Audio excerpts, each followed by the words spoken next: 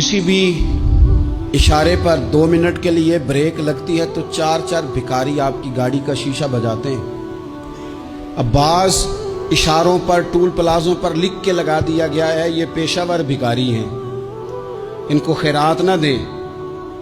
लेकिन मेरा सवाल ये है कि उन सारे भिखारियों को एक जगह पे खड़ा करके पूछना किसने है कि तुम भीख क्यों मांग रहे हो? उनके घरों तक उनके साथ किसने जाना है? कौन आदमी है जो जाके उनसे कहेगा कि जनाब तुम क्यों खैरात के लिए खड़े हो, तुम्हारी मजबूरी क्या है? क्या रियासत की, हुकूमत की, ताजर की, मालदार की, तगड़े आदमी की ये ड्यूटी नहीं? उन तक रसाई किसने हासिल करनी है? वो बेवा जो पिछले साल दरवाजे पे ज़कात लेने आई थी वो इस साल भी आई है। वो खातून जिसे पिछले साल आटे का थैला दिया था वो इस साल भी आई है। वो खातून जो पिछले साल 4 बच्चों को साथ लेकर के छोटों को आई थी वो आज भी उसी तरह कशकोले तलब दराज किए हुए है।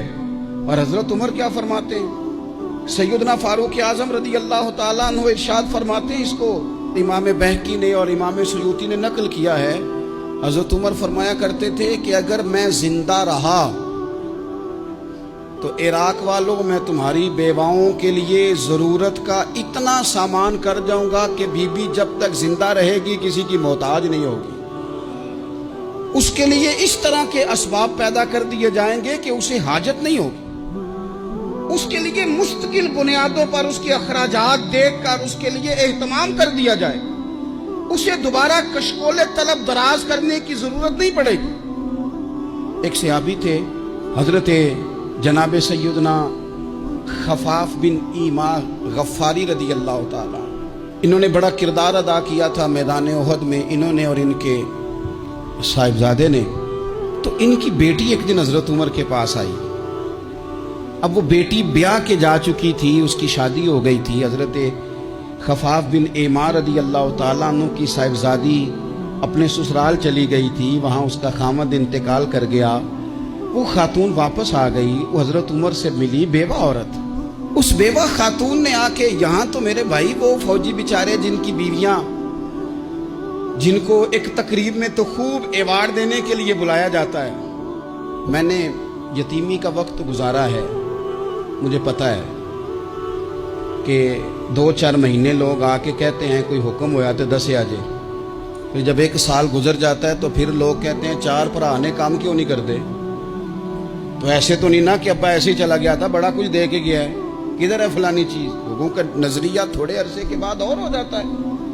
आपने बड़े बड़े शुहदा के घरों में एवार्ड तो दिए, क्या कभी आपने पलट कर दोबारा गौर किया कि उनके बच्चे कहाँ हैं, उनकी बेवा किस हाल में है?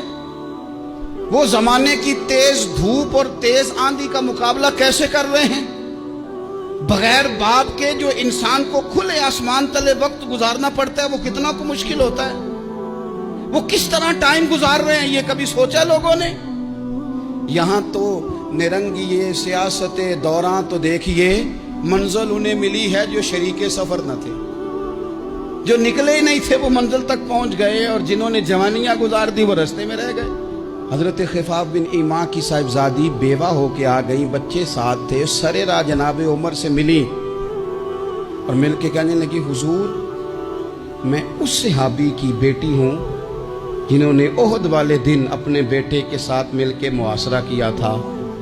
बच्चे मेरे यतीम हो गए हैं, मैं बेवा हूँ। हजरत फारूक आजम रदी अल्लाह ताला उन्होंने फहरिस्त नहीं मांगी, खर्चे की डिटेल नहीं मांगी, तुम आना फलाने से मिलना, परसों 9 बजे आ जाना दफ्तर, ये कोई बात नहीं की। हजरत उमर गौर से खड़े उस बेटी की बात सुनी, छम छम सैयदना फारूक की आंखों से आंसू गिरे, दौड़ के घर गए, एक ऊंट निकाला, वहां से माले गनीमत का माल के भर के 2 बोरियां, और बोरियों में क्या था?